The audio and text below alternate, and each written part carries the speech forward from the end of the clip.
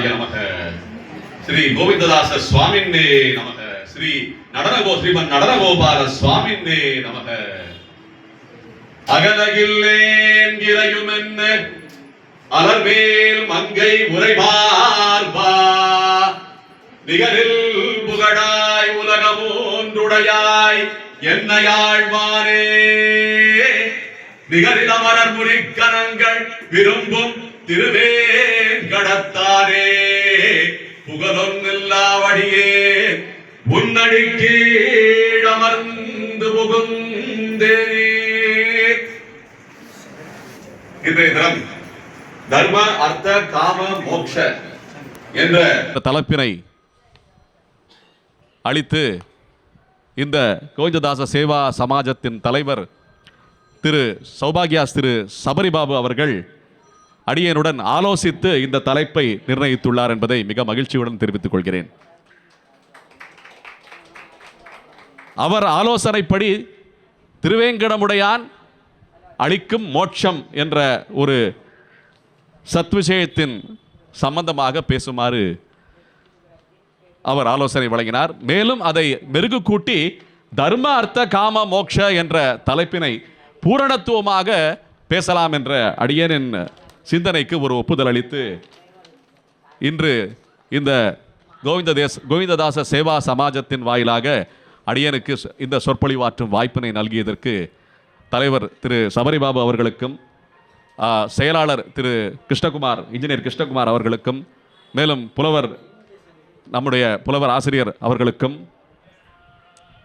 மேலும் இங்கு இருக்கின்ற நிர்வாகஸ்தர் அனைவருக்கும் அடியனுடைய முதற்கண் நன்றியையும் வணக்கத்தையும் தெரிவித்துக் கொள்கிறேன். மேலும் வந்திருக்கின்ற அத்துணை பக்த கோடிகளுக்கும் இதற்கு அடியன் சொற்பொழிவாற்றுவதற்கு முன்னதாக மிக அற்புதமாக பஜனையை நிகழ்த்திய திரு காஞ்சனா அம்மையார் அவர் தம் குழுவினருக்கும் அடியனுடைய வாழ்த்துக்களை நன்றியையும் தெரிவித்துக் கொள்கிறேன்.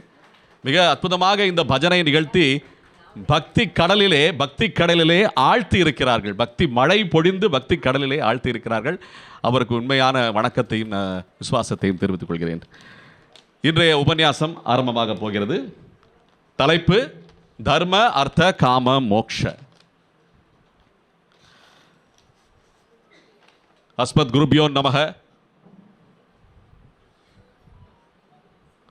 அஸ்மத் குருபியோ நமக. அஸ்மத் சர்வ குருபியோ நமக. அஸ்மத் பரம குருபியோ நமக.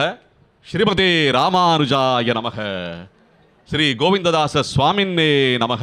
ஸ்ரீமன் நடனகோபால சுவாமின்னே நமக. அகலகில்லேன் இறையுமென்ன அலர்மேல் மங்கை உரைமார்பா, நிகரில் புகழாய் உலகமூன்றுடையாய் என்னையாழ்வானே, நிகரில் அமரர் முனிக்கணங்கள் விரும்பும் திருவேங்கடத்தானே, புகழொன்னில்லாவடியேன் உன்னடிக்கீழமர்ந்து புகுந்தேனே. இன்றைய தினம் தர்ம அர்த்த காம மோக்ஷ என்ற உன்னதமான சனாதன தர்மத்தின் கொள்கை தலைப்பினை வழங்கியதற்கு ஸ்ரீ கோவிந்ததாச சேவா சமாஜத்திற்கு அடியனுடைய நன்றியை தெரிவித்துக் கொள்கிறேன். நிறைய மக்கள் இன்று வேறுபட்ட தொழில் செய்யும் பணியாற்றும் சேவை செய்யும் மக்கள் இங்கு இந்த கோவிந்ததாச சேவா சமாஜத்தில் கூடியிருக்கிறார்கள். மற்றற்ற மகிழ்ச்சி அடியனுக்கு. ஏனென்றால் இது போன்ற பக்தி சொற்பொழிவை கேட்க வேண்டும் என்ற ஆவலோடு கூடியதே ஒரு பெரும் சாதனை இன்றைய காலகட்டத்திலே.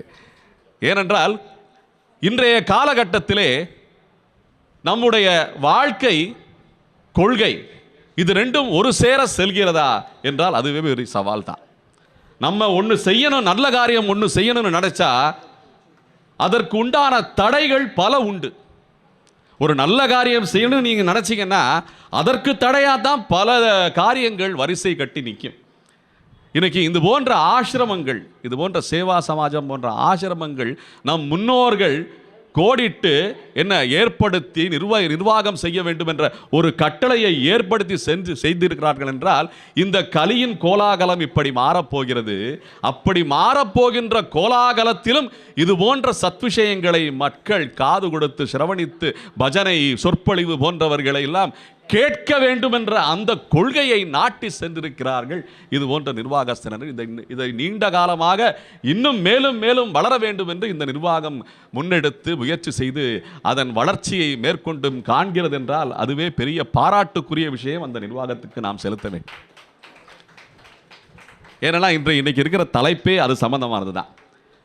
தர்மம், அர்த்த, காமம், மோட்சம், இந்த 4 விஷயங்கள் தவிர உலகத்தில் இது வேறு எதுவும் கிடையாது. ஒருத்தர்கிட்ட கேட்டேன், தர்மம் என்ன என்னப்பா அப்படின்னு கேட்டேன். தர்மம் என்ன, நம்ம இந்த சாலையில் போகும்போது வண்டி வாகனங்கள் போகும்போது அங்கே நிறுத்தம் வரும், நம்ம காவலாளர்கள் நிறுத்தி வைப்பாங்க. ஏன்னா அப்போ தான் சீராக வண்டிகள் போகும், எதுவும் சுப அதாவது தவறாக எதுவும் நடந்துடக்கூடாது. ஏன்னா அதனால் எதுவும் வண்டி வாகனம் மோதிடக்கூடாது, மக்களுக்கு ஆபத்து ஆகக்கூடாதுன்னு சொல்கிறதுனால அந்த சாலையில் ஒரு சில நிறுத்தம் வரும். அப்போ நிறுத்தம் வரும்போது 4 பேர் ஐயா எனக்கு கொஞ்சம் தர்மம் கொடுங்க அப்படின்னு கேட்பாங்க. நம்முடைய தலைவர் திரு சபரிபாபு இது போன்ற பக்தி நிகழ்வுகளிலே நாட்டமுள்ளவர் என்பதை அடியன் மிக மகிழ்ச்சியோடு தெரிவித்துக் கொள்கிறேன். ஏன்னா அடியன் பேசும்போது இந்த தர்ம, அர்த்த, காம, மோட்சம் பேசும்போது இதில் நிறைய வியாபாரம் பண்ணுறவங்க நிறைய இருக்காங்க, அதுபோல் தொழில் பண்ணுறவங்க இந்த குழுவில் நிறைய இருக்காங்க. அதுக்கு அடியனுடைய பாராட்டுகள். இப்போ இந்த தர்மம்னு சொல்கிறது அது போன்ற சாலையில் ஒரு 10 பைசாலாம் கிடையாது, இப்போ 5 ரூபா 10 ரூபான்னு கேட்கும்போது அதுதான் தர்மம்னு மக்கள் நினச்சிக்கிட்டு இருக்காங்க. நம்ம ஒரு 10 ரூபா கொடுத்தா தர்மம் நமக்கு புண்ணியம் கிடைக்கும் அப்படின்னு நினச்சிக்கிட்டு இருக்காங்க. உண்மையிலேயே தர்மம்ங்கிறது அது மட்டும் கிடையாது, அதுவும் இருக்கு, அதுவும் ஒரு பகுதி தான். ஆக தர்மம்ங்கிறது என்ன அப்படின்னு கேட்டோம்னா, நாம் பிறந்ததிலிருந்து என்ன இந்த தர்ம, அர்த்த, காம, மோட்சம் என்பது செயல்பட்டு கொண்டிருக்கிறது. எப்படி இது நமக்கு சாத்தியம் அப்படின்னு பார்த்தீங்கன்னா, பிறந்த உண்ட குழந்தை பிறக்குது, ஒரு தாயின் கர்ப்பத்திலிருந்து யோனி வழியாக பிறக்கிறது இந்த குழந்தை சிசு, இந்த பூமியிலே பிறக்கிறது. அப்படி பிறந்த உடனே அந்த குழந்தை சத்தம் போட்டு அழும். என்ன சத்தம் போட்டு அழும்போது ஏதோ அது கேட்கிறது, ஏதோ அது தன்னுடைய பசியினாலோ இல்லை அந்த கர்ப்ப அவஸ்தையினாலோ அது கேட்கிறது, அது கத்துகிறது. அப்போ அதுக்கப்புறம் அந்த கத்தல் நிற்கணும்னா அந்த தாய் என்ன பண்ணுகிறார், இந்த கத்துவது அந்த குழந்தையின் பசிக்காக அது அழுகிறது, கத்துகிறது. அப்ப தாய் உள்ளம் என்ன செய்கிறது, தன் மார்பில் இருக்கின்ற அந்த சுரக்கின்ற பாலை அந்த குழந்தைக்கு அளிக்கிறது.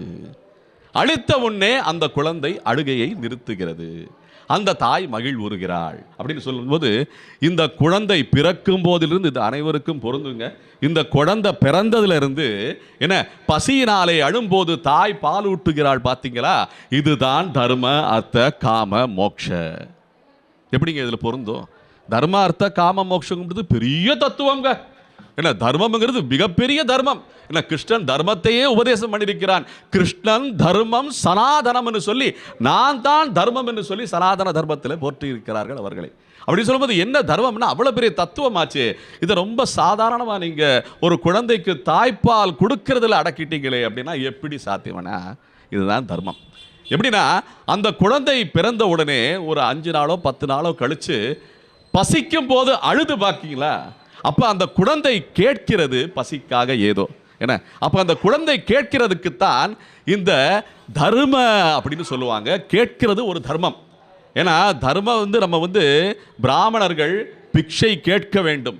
இந்த பிக்ஷை கேட்கிறதுக்கென்னே ஏற்படுத்தப்பட்ட மாதம் தான் இந்த புரட்டாசி மாதம் என்பது அனைவருக்கும் தெரியும். என்ன காலங்காத்தால நல்ல ஸ்நானம் பண்ணிட்டு திருமணம்லாம் இட்டுக்கிட்டு வெளியில போய் தெரிந்தவங்க தெரியாதவங்க எல்லார் வீட்டிலையும் போய் கோவிந்த அக்ஷயம் கோவிந்தா, கோவிந்த அக்ஷயம் கோவிந்தான்னு சொல்லி பிச்சை கேட்டு அதில் போடப்படுகிற இடப்படுகிற அரிசியை வைத்துக்கொண்டு வீட்டிலே சமைத்து பாகவதர்களுக்கு என்ன அந்த அந்த போஜனம் எல்லாம் அளித்த விஷயம்தான் இந்த புரட்டாசி மாதத்திலே வருகின்ற தசல் என்று போட்டு, அதான் தசல். அந்த தசலே எப்படின்னா அந்த தர்மத்தின் வாயிலாகத்தான் ஏற்படுகிறது. அப்ப அந்த குழந்தை என்ன கேட்குது? பால் கேட்குது. இது தர்மம். அப்ப இந்த அன்னை என்ன பண்ணுகிறாள்? இந்த குழந்தை அழுது பார்த்தீங்களா, அதுதான் அர்த்தம். அர்த்தம் என்ன? இந்த தர்மம், இந்த பசியே தர்மம் என்று சொல்லும்போது அந்த பாலை கேட்கிறதுக்கு உண்டான வழி அந்த குழந்தைக்கு என்ன இருக்கு? பேசவா முடியும்? இல்ல ஒரு ஓலையில எழுதி கொடுக்கவா முடியும்? இல்ல யாராவது சிபாரிசு செய்வாங்களா இந்த குழந்தைக்கு பசிக்குதுன்னு சொல்லி? அந்த குழந்தை அழுது பார்த்தீங்களா, அந்த அழுகை தான் அதற்குண்டான வழி. அந்த பொருளை, அந்த தாய்ப்பாலை பெறுவதற்கு அந்த வழிதான் அர்த்தம் என்று சொல்லப்படுகிறது. அதான் அர்த்தம், அந்த வழிதான், அந்த அழுகை தான் அர்த்தம். அப்ப அழுத உடனே அந்த அந்த அழுகைக்கு உண்டான மாறுதல் விஷயமாக, அந்த அழுகையை போக்குவதற்கு, பசியை போக்குவதற்குண்டாக அந்த தாய் எங்கிருந்தாலும் ஓடி வந்து மாரை அந்த குழந்தையின் வாயிலை வைத்து தாய்ப்பாலை ஊற்றுகிறாள். பார்த்தீங்களா, அதுதான் காமம் என்று போற்றப்படுகிறது. அந்த குழந்தைக்கு உண்டான அந்த பசி தீருகிறது, காமம். அதான் காமம். இதுதான் வாழ்க்கையிலே ஒரு நபரின் முதல் தர்மம், அர்த்தம், காமம். இந்த தர்மம் என்பது அந்த குழந்தைக்கும் பொதுவானது, அந்த தாய்க்கும் பொதுவானது, இரண்டு பேருக்கும் உண்டான தர்மம். ஏன்னா பசிக்கு அழுகிற குழந்தை அந்த பால் கிடைக்கலன்னா பலவீனமாகிடும். அதே போல அந்த பால் மார்பிலே வைத்திருக்கின்ற அந்த தாய் பால் கொடுக்கலன்னா பால் கட்டி, அந்த மார்பு கட்டி அதுவே ஒரு வியாதியாகிவிடும். அப்படின்னா தர்மம் என்ன சொல்லுது? இந்த அழுகிற குழந்தைக்கு பால் கொடுக்கணும் அந்த தாய். இதுதான் தர்மம். இதுல இந்த தர்மத்தில் எது தவறுனாலும் பிரச்சனை தான். எது தவறுனாலும் பிரச்சனை தான். இப்ப காமம் வரைக்கும் வந்துட்டோம். அந்த குழந்தை பசி போக்குறதுக்கு அந்த தாய் பால் கொடுத்துட்டா. இப்ப தர்மம், தர்மம் இந்த பால் கொடுக்கணும்ங்கிறது தர்மம். அர்த்தம்ங்கிறது குழந்தை அழுததும் தாய் ஓடி வந்ததும் அந்த செயல்தான் அர்த்தம். காமம் என்பது அந்த குழந்தைக்கு பால் கிடைத்தது. இப்ப கிடைச்ச உடனே என்னாச்சு? இதுதான் மோட்சத்துக்குண்டான ஸ்தானம். அந்த குழந்தை என்ன பண்ணுது? அழுகையை நிறுத்திருச்சு. பால் கொடுத்த உடனே பசி தீந்துருச்சு. பசி தீர்ந்த உடனே என்ன பண்ணிருச்சு? அது அந்த அவஸ்தையிலிருந்து வெளியே வந்துருச்சு. அதுதான் மோட்சம். அதுதான் மோட்சம். அப்ப இந்த தர்ம, அர்த்த, காம, மோட்சம் என்பது ஒரு நபர் பிறப்பதிலிருந்தே இருக்கிறது என்பதுதான் தர்மசாஸ்திரம் வலியுறுத்தும் செய்தி. புரிஞ்சுதாங்க? இந்த தர்ம, அர்த்த, காம, மோட்சம்ங்கிறது பெரிய ஒரு தத்துவ தலைப்பு. ஏன்னா இதெல்லாம் புரிஞ்சுக்கிறதுக்கு ரொம்ப கஷ்டம் அப்படியெல்லாம் கிடையாது. இந்த தர்ம, அர்த்த, காம, மோட்சம்ங்கிறது அன்றாட வாழ்க்கையிலே நாம் நித்தமும் அனுபவித்துக் கொண்டிருக்கின்ற விஷயம். அதான் தர்ம, அர்த்த, காம, மோட்சம். இப்போ இதில் நம்ம இன்னைக்கு இந்த விஞ்ஞான உலகம் இன்னைக்கு பார்த்தீங்கன்னா ரொம்ப நிறைய விஷயங்கள் முன்னேறிக்கிட்டே இருக்கு. அறிவியல் முன்னேற்றம். ஏன்னா இன்னைக்கு நம்ம இப்போ இன்னைக்கு ரொம்ப பேசிக்கிட்டு இருக்கிறது டெக்னாலஜி என்று சொல்றது அறிவியல் முன்னேற்றம் ஆகிட்டே இருக்குன்னு சொல்கிறோம். ஒரு காலத்தில் ஆட்டோமேட்டிக்னு சொல்லிக்கிட்டு இருந்தோம். அதுக்கப்புறம் ரோபோட்டிக்னு சொல்லிக்கிட்டு இருந்தாங்க. ஏன்னா அது ஒரு காலம், அது ஒரு பேச்சு வழக்கில் அது மாற்றமாகிட்டே வந்தது. இப்போ பார்த்தீங்கன்னா ஆர்டிஃபிஷியல் இன்டெலிஜென்சி.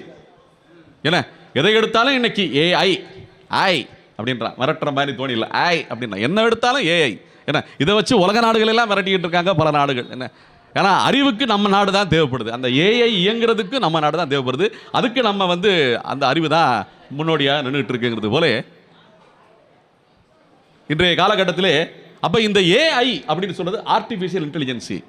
இப்ப ஆர்டிஃபிஷியல் இன்டெலிஜென்ஸுங்கிறதுக்கு கருவிக்கு மட்டும்தான் பொருத்தமா? நமக்கு பொருந்தாதா? மக்களுக்கு பொருந்தாதா? அடியேன்னு சொல்லுவேன், சும்மா விளையாட்டுக்கு சொல்லுவேன். ஆர்டிஃபிஷியல் இன்டெலிஜென்ஸுங்கிறது ரொம்ப பெருசாக நினச்சிக்கிட்டு இருக்கோம். ஏன்னா நம்ம வீட்டில் கோயிலுக்கு போனால் தேங்காய் முடி பழம் கொடுப்பாங்க பார்த்தீங்களா? அந்த பிரசாதம் இப்போ கூட கொடுத்தாங்க. என்ன, இப்போ தலைமை தாங்குறவருக்கு, இந்த அருமையாக பஜனை பாடுறவங்களுக்கு எல்லாருக்குமே இந்த பிரசாதம் கொடுத்தாங்க, தேங்காய் முடி பழம். இந்த தேங்காய் முடி பழம் நேச்சுரல் இன்டெலிஜென்ஸ். ஏன்னா இந்த தேங்காய் முடி பழம் நம்ம கொடுக்கப்பட்டது இயற்கை அளித்த கொடை, அந்த தேங்காய் முடி பழம். இப்போ அதை வீட்டுக்கு கொண்டு போய் அந்த தேங்காய் முடியை துருக்கி அப்படியே கூட சாப்பிடலாம், அது நேச்சுரலாக சாப்பிடலாம். ஆனால் அப்படி பண்ண மாட்டாங்க. அதை கொஞ்சம் மிச்சம் வச்சுக்கிட்டு நாளைக்கு காலையில் என்ன அந்த மிக்சியில் போட்டு அரைச்சு அந்த தேங்காய் சட்டினி செஞ்சு சாப்பிட்றாங்க பார்த்தீங்களா? இதுதாங்க மொதல் ஆர்டிஃபிஷியல் இன்டெலிஜென்ஸு. என்ன மொதல் ஆர்டிஃபிஷியல் இன்டெலிஜென்ஸ் என்ன இயற்கையா இருக்கிறத செயற்கையா மாற்றம் செஞ்சு பலத்தோட கலந்து என்ன தண்ணி இஞ்சி அதெல்லாம் போட்டு கலந்து கொஞ்சம் உப்பு கலந்து என்ன அந்த சட்டினி பண்றாங்க பாத்தீங்களா, அங்க இருந்து ஆர்டிஃபிஷியல் இன்டெலிஜென்ஸ் ஆரம்பமாயிருச்சு. என்ன இது ஒன்றும் புதுசு கிடையாது. இது தர்ம அர்த்த காம மோட்சத்திலே அடங்கிறோம். என்ன நம்ம காமம் கூட கூட என்ன இந்த வழியும் நமக்கு புதுசா பிறக்குது. தேங்காயை அப்படியே சாப்பிட்டு கூட பசி ஆத்திருக்கலாம். ஆனா நமக்கு ருசி தேவைப்படுது பாத்தீங்களா, அந்த காமம் கூடுது பாத்தீங்களா, அப்ப அர்த்தம் பிறக்குது, ஒரு கருவி பிறக்குது மிக்சின்னு சொல்லி. என்ன முந்தி உரலை போட்டு ஆட்டி என்ன அரைச்சு அந்த தேங்காய் சட்னி சுவையா இருக்கும். என்ன இன்னைக்கு கூட சில போஜன உண்டி சாலையில் பார்த்தீங்கன்னா அரைச்சு அந்த உம்மியில் அரைச்சு கொடுக்குறாங்க. அது அரைச்சு கொடுத்தா அதோட சுவையே தனியாக கூட இருக்கு. என்ன இந்த கருவியில் அரைக்கிறத விட அந்த அதில் அரைக்கிறது சுவை கூடுது. அப்படிலாம் இருக்கும்போது ஆர்டிஃபிஷியல் இன்டெலிஜென்ஸ் சாதாரணமாகவே இருக்குங்க. ஒரு பெயரை கொடுக்குறோம் அவ்வளோதான். இப்போ அடியனுக்கு பெயர் என்ன சொல்லியிருக்காங்க, பிறக்கும்போது விஜய் பாபு அப்படின்னு சூட்டியிருக்காங்க. என்ன இந்த பேரே கொஞ்சம் கொஞ்சம் மாற்றமாகி இன்னைக்கு அடியன் தொழில் பண்ணிக்கிட்டு இருக்கேன்.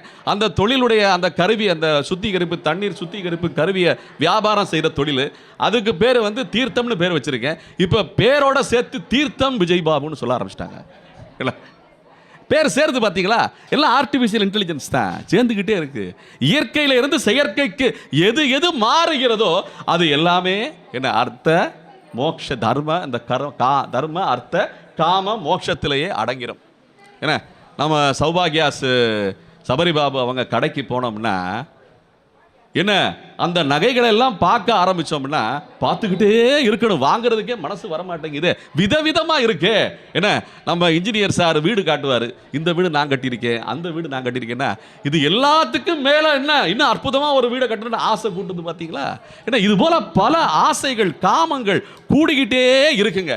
ஒரு காலத்தில் திருப்பதி போனோம்னா மாட்டு வண்டி கட்டி நடையா கூட நடந்து திருமலைக்கு போன காலம் ஒன்று. ஏன்னா எங்கள் அம்மா கூட சொல்லுவாங்க, டேய் நான் பிறந்த உடனே ஒரு 6-7 வயசுக்கு நம்ம தாத்தா கூட்டு போவாரடா, அப்போ திருமலை ஆர்ச்சு அதுக்கு மேலே ஏறி வண்டி போகிறதெல்லாம் கிடையாது. ஏன்னா அத்தோட வண்டி அந்த நடையெல்லாம் நின்றுமா, அத்தோட வண்டி வாகனம்லாம் நின்றுமா. அதுக்கப்புறம் நடையாக நடந்து தான் என்ன அந்த பேடி ஆஞ்சநேயர் சன்னதிக்கு போயிட்டு அதுக்கப்புறம் என்ன அந்த வைகுண்ட வாசலெல்லாம் தாண்டி அங்கே திருமலைக்கு அந்த வெள்ளை கோபுரம் வழியாக போக முடியும்னு சொல்கிறாங்க. அப்படி இருந்த காலம். அப்படின்னா அந்த இந்த ரோடு இந்த சாலைகள்லாம் கிடையாது. அப்போ என்ன பிற்பாடு தான் இப்போ தான் ஏற்பாடாயிருக்கு. இப்போல்லாம் ஒரு காலத்தில் திருப்பதிக்கு போயிட்டு வந்தோம்னா 45 நாள் 50 நாள் ஆகும். அதனால தான் நம்ம சமூகத்தில் இந்த கோரிக்கைன்னு வச்சாங்க, கொர்க்கெல்னு சொல்லுவாங்க பார்த்தீங்களா. ஏன்னா காடு என்ன மலைகள் ஊரெல்லாம் தாண்டி போகணும்னா நிறைய பேர் சேர்ந்து போனால் பாதுகாப்பு. இன்னைக்கு மாதிரி ஜோடியை ஒரு டிக்கெட்டை புக் பண்ணிவிட்டு அப்படியே 4 சக்கர வாகனத்தில் ஏறி என்ன தரிசனம் பண்ணிட்டு 2 நாளே திரும்பி வர்றது கதியெல்லாம் கிடையாது. அப்போ எல்லாம் சேர்ந்து கூட்டாக சேர்ந்து போனால் தான் பாதுகாப்புங்கிறதுனால ஒரு குடும்பத்தார் அனைவரும் சேர்ந்து என்ன மகன் மகள் மருமகள் மக்கள் எல்லாமே சேர்ந்து ஒரு 50 பேர் 60 பேராக சேர்ந்து போயிட்டு வர்றதுக்கு ஒரு 20 நாள் ஆகும். அந்த மாதிரி யாத்திரையாக போன காலம் ஒன்று. ஏன்னா அப்போ இருக்கும்போது தான் இந்த கோவிந்ததாச சுவாமிகள் இப்போ சற்று நேரத்துக்கு முன்னாடி நம்ம இன்ஜினியர் கிருஷ்ணகுமார் சொன்ன மாதிரி என்ன அங்கே நடக்கிற நிகழ்வுகள் எல்லாம் இங்கேயே அனுபவிக்க வேண்டும் என்ற ஒரு பேர் ஆவலோடு எண்ணத்தோடு தான் நம்முடைய கோவிந்ததாச சுவாமிகள் இந்த வைபவத்தை ஏற்படுத்தி இருக்கிறார்கள். எப்படி இருக்கும் பாருங்க. என்ன அப்படின்னா என்ன அர்த்தம், அங்கே நடக்கிற நிகழ்ச்சியை என்ன இயற்கையா அங்கே நடக்கிற அந்த என்ன இந்த பிரம்மோற்சவ நிகழ்ச்சி பிரம்மாண்டமாக நடக்கின்ற அந்த பிரம்மோற்சவம் திருவேங்கடமுடையானின் திருமலையப்பனின் பிரம்மோற்சவ நிகழ்ச்சியை இன்னைக்கு நாம இங்கெல்லாம் உட்கார்ந்துக்கிட்டு மனசார நினைத்து அனுபவிக்கும் வண்ணம் இந்த கோவிந்ததாச சேவா சமாஜத்தின் அந்த நிர்வாகஸ்தர் செய்திருக்கிறார்கள் என்றால் இதுதான் ஆர்டிஃபிஷியல் இன்டெலிஜென்ஸ். என்ன தர்ம அர்த்த காம மோக்ஷ நாம இந்த பகவானை அனுபவிக்க வேண்டும் என்ற அந்த இன்பம், அதுதான் காமம். அந்த இன்பத்தை அந்த பேரின்பத்தை இங்கே நமக்கு வழங்கும் வண்ணம் என இந்த கோவிந்ததாச சுவாமிகள் செய்து வச்சிருக்கிறார். அன்றைக்கே இந்த ஆர்டிஃபிஷியல் இன்டெலிஜென்ஸியை கண்டுபிடிச்சு செஞ்சுட்டாரு. ஏன் இன்னைக்கு நினைச்சா கூட நம்ம திருப்பதிக்கு போக முடியுமா சொல்லுங்க? இன்னைக்கு அந்த வரிசையைப்படி பார்த்தோம்னா அதை நம்ம அந்த சீட்டு எல்லாம் இது பண்ணுறாங்களா, ஆன்லைன்லேயே பண்ணுறாங்க. எல்லாமே இன்றைக்கி டிஜிட்டல் தான், மின்னணு தான். இன்றைக்கி போய் கேட்டோம்னா இந்த மாதம் கிடையாதுங்க, அடுத்த மாதம் கிடையாதுங்க, டிசம்பர் மாதம் தான் இருக்குங்கிறாங்க. என்ன அந்த அளவுக்கு கூட்ட நெரிசல். அந்த ஒரு காலத்தில் கூட்ட நெரிசல் இல்லாத காலத்தில் போகிறது சிரமமாக இருந்தது. எப்படி போகிறதுக்கு சிரமம். இன்னைக்கு இந்த காலத்தில் போக முடியும்னாலுமே அந்த கூட்டத்தை பார்த்தாலே சிரமமாக இருக்கு. நமக்கு போகணுமா, அந்த கூட்டத்தில் போய் நெரிசலில் போய் நிற்கணுமா, இங்கேயே மனசார நினச்சி பார்ப்போமே. நம்ம கோவிந்ததாச சமாஜத்தில் என்ன சொற்பொழிவு பண்ணுறாங்க, பஜனை பண்ணுறாங்க, கொஞ்சம் கேட்டு இன்புறுவோமே, அப்படி எண்ணம் வருது பார்த்தீங்களா? அது பெரிய எண்ணங்க. அது இதான் ரொம்ப முக்கியம். இந்த ரிமோட் கண்ட்ரோலில் ஆப்ரேட் பண்ணுறோம்ல, இப்போ பகவான் நம்மளெல்லாம் ஆட்டி படைச்சிக்கிட்டு இருக்கா. என்ன அவனுடைய ஆட்டத்தை காண்பதற்கு இங்கே ரிமோட் கண்ட்ரோல்லேருந்து நாங்கள் அனுபவிச்சுக்கிட்டு இருக்கோம். எப்படி இருக்கும் பாருங்க திருவேங்கடாமுடைய என்னோட அனுபவம். இப்போ அடியன் முன்னாடி பாசனம் அகலகில்லேன் இறையும் என்ன அலர்மேல் மங்கை உரை மார்பா நிகரில் புகழாய் உலகம் மூன்றுடையாய் என்னை ஆழ்வானே. இந்த பாசுரத்தை பாடுனவர் யாரு தெரியுமா? அன்னமாச்சாரியன்னு சொல்ற அவர் பெரிய மகான, அவர் கூட பாடியிருப்பாரு, அது வேற விஷயம். ஆனால் இந்த பாட்டை இயற்றுனவர் சுவாமி நம்மாழ்வார். சுவாமி நம்மாழ்வார் எங்கே இருக்காரு அப்படின்னு பார்த்தீங்கன்னா, எங்கே இருக்காருன்னா இன்னும் இருக்காரு. என்ன புளிய மரத்தடி குருன்னு சொல்லுவாங்க. அந்த புளிய மரத்தடிக்கு கீழே திருநெல்வேலிக்கும் திருச்செந்தூருக்கும் போகிற மார்க்கத்தில் ஆழ்வார் திருநகரின்ற ஊர். இதை பற்றி கிட்டத்தட்ட ஒரு 100 தடவை நான் அடியன் பேசியிருப்பேன். கேட்டவங்க நான் அடியன் பேசுனதை மறுபடியும் கேட்டால் கூட ஆனந்தமாக இருக்கும். ஏன்னா அது போன்ற வைபவம் உள்ள ஆச்சாரிய பெருமக்கள் ஆழ்வார். அவர் தான் ஆழ்வார். ஆழ்வார்களுக்கெல்லாம் தலை சுவாமி நம்மாழ்வார். அப்பேற்பட்ட நம்மாழ்வார் இந்த பாசுரத்தை பாடியிருக்காரு. இந்த பாசுரத்தை பாடின உடனே திருவேங்கடமுடையார் நேரில் நின்றுட்டாராம். அகலகில்லேன் இறையுவன்னு அலர்மேல் மங்கை உரை மார்பான்னு சொன்ன உடனே என்னை பற்றி யாரோ பாடுறான்டா, அப்போ இந்த உலகத்தில் கலியுகத்தில் என்னை பற்றி பாடுறதுக்கு ஆள் இருக்கானா அப்படின்னு சொல்லி திருவேங்கடமுடையார் நிற்கிறாராம். எப்படி இருக்கும் பாருங்க. எங்க திருச்செந்தூர் திருநெல்வேலி பக்கத்தில் இருக்கிற சின்ன ஊர்ல குருகூர், அதுக்கு பேரு ஊரு பேரே சின்ன ஊர் தான், குருகூர் பேரு. என்ன அந்த குருகூருக்கு புளிய மரத்தடி கீழே பாடின பாட்டுக்கு திருவேங்கடமுடையார் நிற்கிறாருன்னா நம்ம எல்லாம் சேர்ந்து அனுபவிக்கும் போது திருவேங்கடமுடையார் அருள் கிடைக்காதா? கொஞ்சம் கிடைக்காதா? என்ன அதுவே போதுமானதாச்சே அப்படின்னு சொல்லும்போது இந்த பாசுரங்களுக்கெல்லாம் அத்துணை என்ன சக்தி உள்ளது என்பதை தெரிந்து கொள்ள வேண்டும். அப்ப இந்த தர்ம அர்த்த காம மோட்சம் என்ற தலைப்பு. தர்மம் அப்படின்னு சொல்லும்போது அடியேன் சொன்னது போல பிறந்ததிலிருந்து இன்னைக்கு வரைக்கும் நாம காலம் முடிகிற வரைக்கும் அந்த முடிஞ்ச பிறகு நாம செஞ்ச கர்மாக்கள் எல்லாம் சேர்ந்து மறுபடியும் பிறக்க போகிறோம். பிறவி முடியலைங்க, தொடர்கதை இது. நம்ம இந்த டிவி சீரியல் எல்லாம் பார்க்குறோம் பார்த்தீங்களா, அதெல்லாம் உணர்த்துது நமக்கு. அது முடியவே முடியாதுங்க, தொடரும்னு போட்டுருவான். இன்னைக்கு வர்ற திரைப்படங்களை பார்த்தா எந்த திரைப்படமும் முடிய மாட்டேங்குது. கேட்டா பார்ட் 2 வருதுன்றான். அது வருமோ வராதோ, அந்த நடிகர் கூட போயிருப்பான், ஆனால் அந்த பார்ட் 2 இன்னும் நின்றுட்டு இருக்கும். எல்லா திரைப்படத்துக்கும் என்ன 2வது பாகம் அப்படின்னு போட்டுக்கிறாங்க, முதவே போட்டுக்கிறாங்க. என்ன நம்ம வாழ்க்கைக்கே 2வது பாகம் 3வது பாகம்னு இருந்துக்கிட்டே இருக்கு. அப்போ என்ன ஆகுது, நிறைய பேர் சொல்லுவாங்க, நீ என்ன எடுத்துட்டு போற உன ஜென்மம் முடிஞ்ச பிறகு அப்படின்னு கேட்குறாங்க. என்ன நீ கட்டின பங்களாவை எடுத்துகிட்டு போறியா, நீ வாங்கின 4 சக்கர வாகனமா, நகை நட்டுக்களா, ஒன்றுமே உன் கூட வர போகிறதில்ல அப்படின்னு கேட்குறாங்க. பார்த்தீங்களா, அது தவறு. ஏன்னா நம்ம எடுத்து போகிறது பெரிய விஷயம். ஏன்னா கர்ம மூட்டை, அந்த கர்ம மூட்டை தான் நம்மளோட வரப்போகுது. அது சாஃப்ட்வேருங்க. நம்ம வாங்கின சொத்து, நகை நட்டு, என்ன அனுபவிச்ச விஷயங்கள், நண்பர்கள், தோழிகள், மனைவிமார், பிள்ளை எல்லாமே இது ஹார்ட்வேர். என்ன நம்ம செஞ்ச காரியம் பார்த்தீங்களா, இது சாஃப்ட்வேர். இந்த சாஃப்ட்வேர், இந்த கர்மா அந்த தர்மத்தோட நிற்கும். அப்ப நிற்கும் போது அந்த கர்மாவின் படி அடுத்த பிறவி என்ன பிறவி?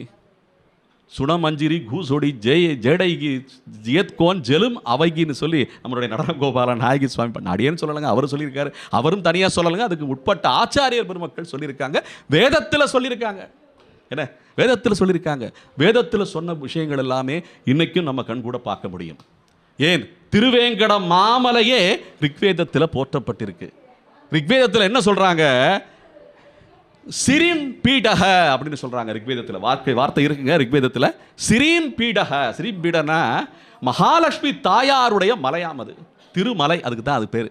என்ன ஸ்ரீ பீடக. அந்த ஸ்ரீ பீடக என்ற அந்த வார்த்தை தான் ரிக்வேதத்தில் சொல்லப்பட்ட வார்த்தை தான் திருமலை என்று மாற்றப்பட்டிருக்கிறது. என்ன ஸ்ரீம் பீட, அந்த ஸ்ரீம் பீடக என்ற அந்த மாமலை கிருதயுகத்திலிருந்தே இருந்துகிட்டு இருக்கு. என்னமோ திருப்பதி மாமலை என்னமோ இப்போ சமீபமாக ஒரு 1000 வருஷமாக இருக்கிற மலையோ இல்லை 2000 வருஷமாக இருக்கிற மலை. நமக்கு எல்லாமே இந்த கிபி கிமு தானே. என்ன நம்ம கிபி கிமு தவிர வேறு எதுவும் தெரியாது. ஏன் கிருஷ்ணனுக்கு முன்னால் கிருஷ்ணனுக்கு பின்னாலுங்கிற சக்தி கூட நமக்கு கிடையாது. ஏன்னா ஒரு 5139 சொன்னால் என்ன குறைஞ்சா போச்சு, அது கூட நமக்கு சக்தி இல்லை. நமக்கு இந்த தேதி, நம்ம பிறந்த நாள் என்ன எல்லாமே இந்த தேதியிலே முடிச்சிடுறோம் நம்ம. ஏன்னா எல்லாமே இப்போ இருக்கிற இந்த கிபி கிமு ஆங்கிலேயர்கள் சொல்லி தந்த கிபி கிமு தான். நமக்கு இந்த கிருஷ்ணனுங்கிறது ஞாபகம் வராது. ஏன் கிருஷ்ணனுக்கு முன்னாடி ராமு ராபின்னு வச்சுக்கலாம்ல, ராமருக்கு முன் ராமருக்கு பின் கூட வச்சுக்கலாமே. நமக்கு பல வரலாறுகள் இருக்குங்க. நமக்கு வரலாறு வந்து தொன்று தொட்டு அப்படியே பின்னாடி பின்னாடி பின்னாடி பின்னாடி போயிட்டே இருக்கே. அப்போ இந்த திருமலைங்கிறது எப்போ இருந்திருக்கு? திருவேங்கடமுடையான் எப்போ இருந்து அங்கே வந்திருக்காரு? அது ஒரு கதை இருக்குல்ல. திருவேங்கடமுடையான் என்னமோ ஆரம்பத்துலேருந்து அங்கே நின்றுட்டு இருக்காரு நினச்சிருக்கீங்களா? அவர் வாடகைக்கு வந்த ஒரு கேஸுங்க. திருமலை அப்பன் வந்து திருவேங்கடமுடையான் அந்த திருமலைக்கு உள்வாடகைக்கு வந்திருக்காரு, வாடகைக்கு வந்திருக்காரு கூட சொல்லலாம். என்ன காரணம்னா இந்த ரிக்வேதத்திலேருந்து அந்த மலை விளங்கிக்கிட்டு இருக்கு. அந்த மலை எப்போ இருந்தே இருந்துக்கிட்டு தான் இருக்கு. அவர் அங்கே வந்து சேர்ந்தவர், திருமலையப்பன் அங்கே வந்து சேர்ந்தவர்.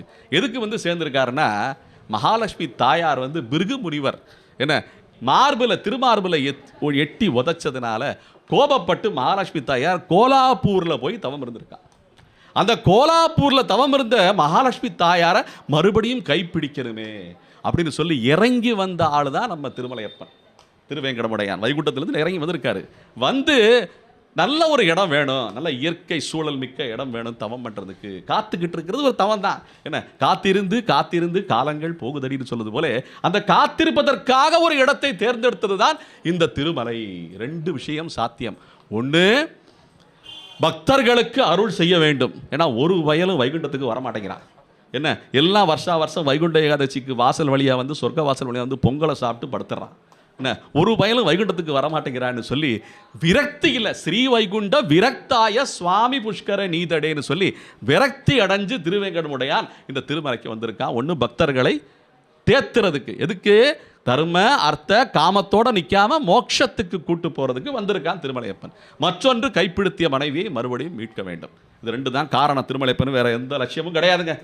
அப்ப திருமலையப்பன் அங்கே வந்து சேரும்போது அங்கே இருந்தவர் யாரு? என்ன உள்ளூர்காரர் ஆதிக்குடி. இவர் வந்து வந்தேரி. என்ன திருமலையப்பன் வந்து ஏறினவர், அவர் ஆதிக்குடி. வந்து இறங்கினவர்னு சொல்லணும். ஏன்னா வைகுண்டத்தில் வந்திருக்கனால ஏறினவர் இல்லை, இறங்கினவர். வந்து இறங்கி, அவர் வந்து ஏறி கிடையாது, வந்து இறங்கி. என்ன ஆதிக்குடி யாரு அப்படின்னு பார்த்தா பூவராக பெருமாள். இந்த பூவராக பெருமாள் என்ன பண்ணிக்கிட்டு இருக்காரு? அங்க வந்து இளைபாரிக் கொண்டு இருக்கிறார். என்ன இது வந்து கிருதயுகத்திலிருந்து இருக்கிற மலை. கிருதயுகத்தில் தான் என்ன பூவாரகா சுவாமியுடைய அவதாரம் நிகழ்ந்திருக்குன்னு சொல்லி வேத புராணங்கள் நமக்கு சொல்கின்றன. அப்ப இந்த பூமி பிராட்டியை என்ன இடர்ந்தெடுத்த அந்த வராக சுவாமி களைப்பை தீர்வதற்காக நாம எப்படி இன்னைக்கு பல என்ன இந்த உல்லாச தேசங்களுக்கெல்லாம் மலைகளுக்கெல்லாம் மலைப்பிரதேசங்களுக்கெல்லாம் போறோம். என்ன காஷ்மீர், ஊட்டி, கொடைக்கானல் அந்த மாதிரி போகிறோம் பார்த்தீங்களா? அந்த உல்லாசமாக ஓய்வெடுப்பதற்காக தேர்ந்தெடுக்கப்பட்ட இடம்தான் இந்த திருமலை. யாராலே? பூவராக சுவாமியினாலே. என்ன பூவராக சுவாமினாலே. அப்போ அந்த உல்லாசமாக இருக்கலாம்னு சொல்லி பூமியோட சேர்ந்து நல்ல நிம்மதியாக இருக்கலாம்டா, தனியாக ஹனிமூன் மாதிரி என்ன ஒரு இடத்துக்கு போய் நம்ம இருக்கலாம்னு சொல்லி தேர்ந்தெடுக்கப்பட்ட இடத்துல திடீர்னு ஒருத்தன் வந்து இறங்கிட்டான் திருமலையப்பன். எனக்கு இடம் வேணும் அப்படின்னு கேட்டுட்டான். நீ வந்துட்டியா, சரி நீயும் வேற வழி இல்லை, நீ நல்ல காரியத்துக்கு தான் வந்திருக்க, தர்ம காரியத்துக்கு தான் வந்திருக்க.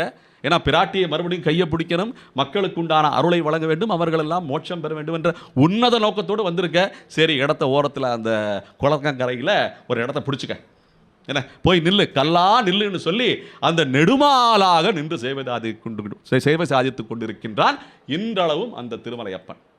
அப்போ வாடகை கொடுத்தவனுக்கு சரியாக வாடகை கொடுக்கணும், அதுக்கப்புறம் கல்யாணம் பண்ணிக்கிறதுக்கு உண்டான வருமானம் செய்யணும். இது எல்லாத்தையும் சரிவர இந்த தர்மத்தை அர்த்தம் மூலமாக நடத்தி கொண்டு வருகிறான் இந்த திருமலையப்பன் இன்றளவும். இப்போ இந்த பூவராக சுவாமின்னு சொன்னேன். நிறைய பேர் இந்த புராணத்தை சொல்லும்போது, என்னப்பா ஒரு பன்றி அவதாரம் எடுத்துச்சா, என்ன அது அவ்வளோ பெருசாக வளர்ந்து என்ன இந்த அந்த விந்திய மலை இருக்குல்ல, அந்த மலையே வந்து அந்த பூவராக சுவாமி காலில் இருக்கிற அந்த மணி மாதிரி இருந்துதான், சதங்கை காலில் இருக்கும்ல, அது ஒரு மணி தான். இந்த பெரிய இமயமலை போல இருக்கின்ற மலைகள் எல்லாமே அந்த மணியில் இருக்கிற அந்த அளவுக்கு தான் இருந்தா. அவ்வளோ பெருசாக வளர்ந்து இந்த பூமி தாயை தூக்கிட்டு வந்தாராமே அப்படின்னு சொல்லும்போது ஆச்சரியமாக இருக்குல்ல. அப்போ நம்ம ஒன்று யோசிக்கணும். இன்னைக்கு நம்ம இருக்கிற உலகத்தில் நமக்கு நிறைய சொல்லித்தரப்படுகிற விஷயங்கள் எல்லாமே நம்ம ஊர் விஷயமா கிடையாது. நமக்கெல்லாம் மாற்று விஷயங்கள் தான் இன்னைக்கு உலகத்துக்கு வந்துக்கிட்டே இருக்கு, நமக்கு நம்முடைய வாழ்க்கைக்கு வந்துக்கிட்டே இருக்கு. நம்ம படிப்பிலிருந்து, நம்ம போடுற உடையிலிருந்து, என்ன அணிகிற ஆடையிலிருந்து நிறைய விஷயங்கள் நமக்கு விதேசங்கள்லேருந்து, பல தேசங்கள்லேருந்து வர்ற விஷயம்தான். அப்போ நம்ம என்ன கொடுக்குறோம் அவங்களுக்கு?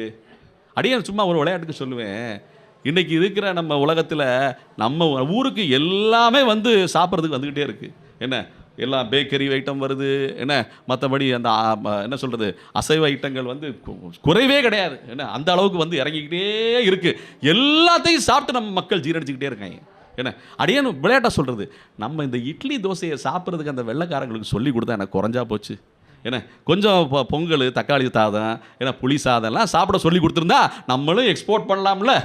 என்ன இந்த சுவையை அவங்களுக்கு ஊட்டக்கூடிய வகையில் நம்ம யாரும் முயற்சி பண்ணலைங்க. அதாங்க உண்மை.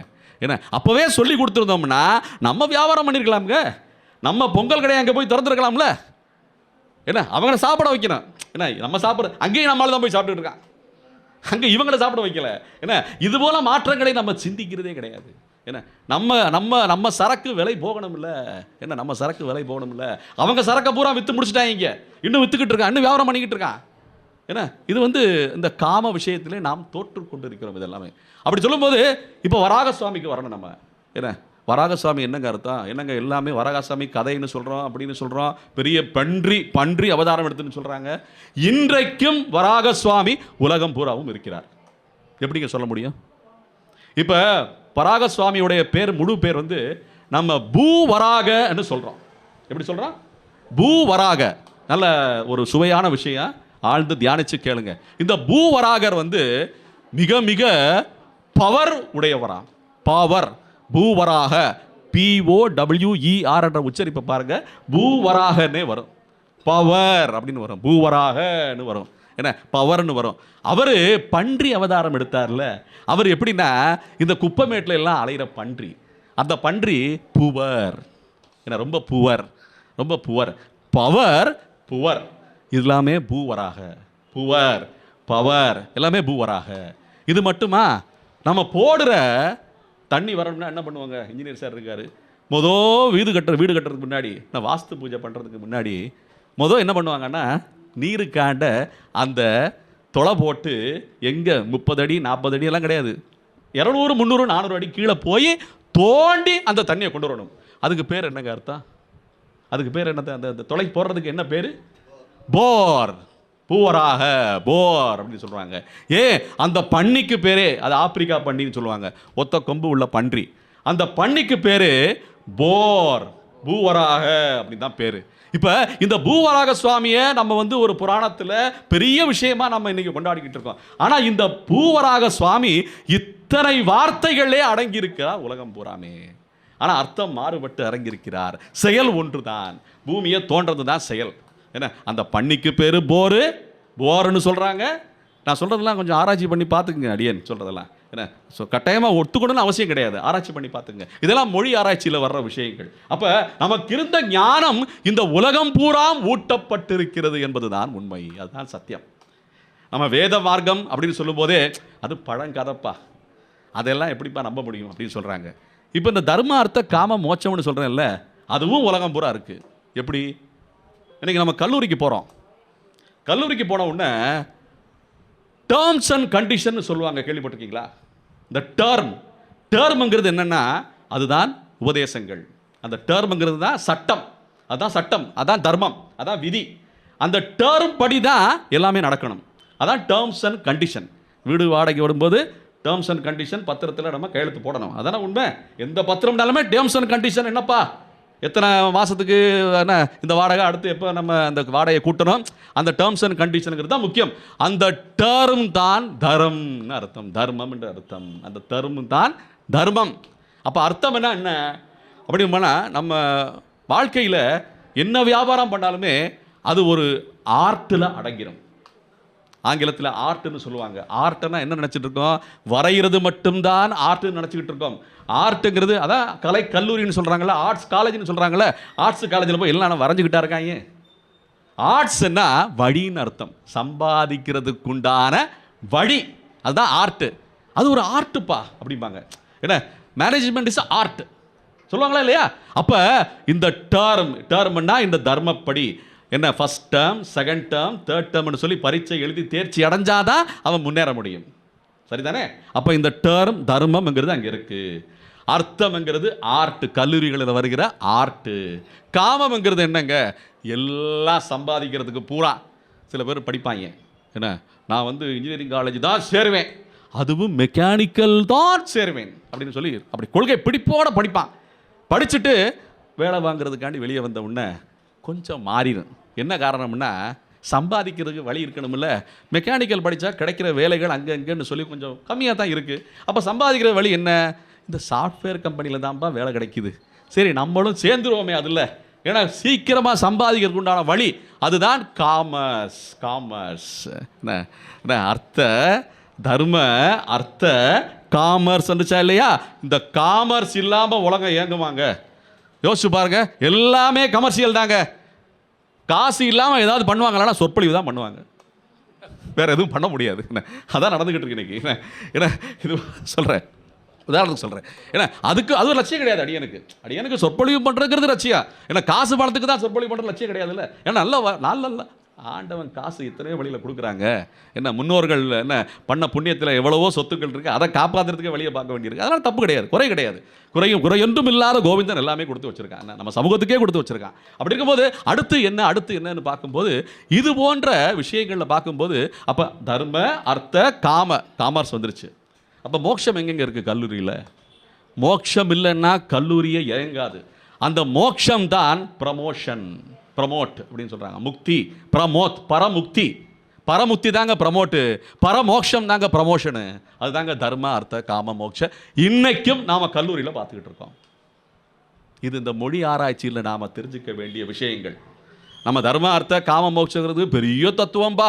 வாழ்க்கையெல்லாம் முடிச்சுட்டு எல்லாத்தையும் நம்ம எல்லாத்தையும் திறந்துட்டு பக்தி மார்க்கத்தில் போய் மோட்சம் அடைகிறது மட்டும் கிடையாது. அன்றாட வாழ்க்கையில் தினந்தோறும் நம்ம இந்த தர்ம ஆர்த்த காம மோட்சத்தை அனுபவித்துக் கொண்டே வருகிறோம், வெவ்வேறு நிலையிலே. அவ்வளவுதான். இந்த நிலை வேறுபாடு இருக்கிறதே தவிர ஆனால் நடக்கிறது இதே சிஸ்டம் தான். என்ன, சாதுர்வர்ணியம் மயா சிருஷ்டம் குண கர்ம விபாகசக என்று சொல்லி கண்ணன் பகவத்கீதையிலே சொல்றான். என்ன சொல்லியிருக்கா? சாதுர்வர்ணியம் மயா சிருஷ்டம் குண கர்ம விபாகசக. 4 வர்ணங்களை நான் படைத்திருக்கிறேன். அவருடைய வாக்குங்க, இது மீறவே முடியாது. 4 வர்ணங்களை நான் படைத்திருக்கிறேன். என்ன, அந்த 4 வர்ணங்கள் அதுவாக இயங்கிக்கிட்டே இருக்கும், இதை மீற முடியாதுன்னு சொல்றான் அவன். இந்த தர்ம அர்த்த காம மோட்சம் மாதிரியே இந்த 4 வர்ணங்களும், என்ன, சத்திரிய தர்மம் இருக்கு, பிராமண சத்திரிய வைசிய சூத்ரங்கிறது 4 வர்ணம். இப்போ இந்த 4 வர்ணத்தை 4 நபர்களாக பார்த்துக்கிட்டு இருக்கோம். நம்ம உண்மையிலே அப்படி பார்க்கக்கூடாது. இந்த 4 வர்ணமே நமக்குள்ளே இருக்கு. எப்படி? பிராமணனும் நமக்குள்ளதான் இருக்கான், சத்திரியனும் நமக்குள்ளதான் இருக்கான், என்ன, வைசியனும் நமக்குள்ளதான் இருக்கான், சூத்ரனும் நமக்குள்ளதான் இருக்கான். இதான் சிஸ்டம். அதான் சொல்றான் அவன், சாதுர் வர்ணியம் மயா சிருஷ்டம்ங்கிறான். இது சிஸ்டம். இந்த சிஸ்டத்தை மாற்றவே முடியாது. காலையில் எந்திரிச்ச உடனே முதல் வேலை என் வீட்டுக்காரம்மா என்ன இல்லை தரசி என்ன பண்ணா, எழுப்பிட்டு போங்க கீழே குப்பையை கொட்டிட்டு வாங்க போங்க அப்படின்னு எழுப்பும் போதே குப்பையை கொட்டுறதுக்கு தான் எழுப்புறான். சுப்பிரபாதம் இல்லை காலை தொட்டு கும்பிட்டு நல்ல சுபமான வார்த்தைகளை சொல்லுங்களேன். எந்திரிச்ச உடனே போங்க குப்பை வண்டி வருது ஓடுங்க அப்படின்பா. 3வது மாடியிலேருந்து ஓடி கீழே வரணும், வந்து குப்பையை கொட்டிட்டு அந்த வண்டியில் சேர்த்தா அப்பா நிம்மதிடா, இன்னைக்கு நாள் சுபம். அப்போ என்ன அர்த்தம்? குப்பைகளை கொட்டுறதுக்கு நமக்கு இடம் வேணும்ல. ஏன்னா சேர்றது அதிகப்படியாக குப்பை தாங்க சேருது. ஏன்னா நம்ம உடம்புக்குள்ளேயும் ஒரு குப்பை உட்காந்துருக்குல்ல, அதை தள்ளுனாத்தானே மறுபடியும் திங்க முடியுது. அதை தள்ளலைன்னா வேலையே நடக்காது நமக்கு. ஏன்னா அது தள்ளித்தான் ஆகணும், அது வேற வழியே கிடையாது. அப்படி இருக்கும்போது இந்த சாதுர் வர்ணியம், இந்த 4 வர்ணம் நம்ம குப்பையை கொட்டும் போது என்ன வர்ணம்? கீழ் வர்ணத்தில் போயிடுறோம். என்ன, அப்புறம் குளிச்சு முடிச்சுட்டு நல்லா தயார் பண்ணிக்கிட்டு நல்ல சாமியெல்லாம் கும்பிட்டா நல்லது. என்ன, அப்புறம் நல்லா சாமி நெத்திக்கிட்டுக்கிட்டு நல்லா ஜோராக தயார் பண்ணிட்டு வர்றோம் பார்த்தீங்களா, அதுதான் பிராமணத்துவம் சுத்தமாக வர்றது. அது பிராமணம். ஏன்னா கடவுளை கும்பிட்றோம் பார்த்தீங்களா, கடவுளை கும்பிட்டாலே பிராமணனுங்க. ஏன்னா கடவுளை கும்பிட்டாலே பிராமணன் தான். ஏன் ஒரு சூத்திரன் கூட பிராமணன் ஆகலாம். இதான் நம்ம ஸ்ரீ தர்மத்தில், நம்ம ஸ்ரீ வைஷ்ணவ தர்மத்தில் நிலையாக காட்டப்படுகின்ற தர்மம். இது தர்மம். ஏன்னா தர்மம்ங்கிறது ஒரு வார்த்தை கிடையாது. எல்லாத்துலேயும் தர்மம் இருக்கு. புருஷ தர்மம் இருக்கு, ஸ்திரீ தர்மம் இருக்கு, ராஜ தர்மம் இருக்கு, ராஜ நீதினு சொல்லுவாங்க, ராஜ தர்மம் இருக்கு, ஏன்னா வியாபார தர்மம் இருக்கு, ஏன்னா எல்லாத்துலேயும் சாப்பாட்டுலேயும் தர்மம் இருக்கு, ஏன்னா போஜன தர்மம், இப்படி எல்லாத்துலேயும் தர்மம்.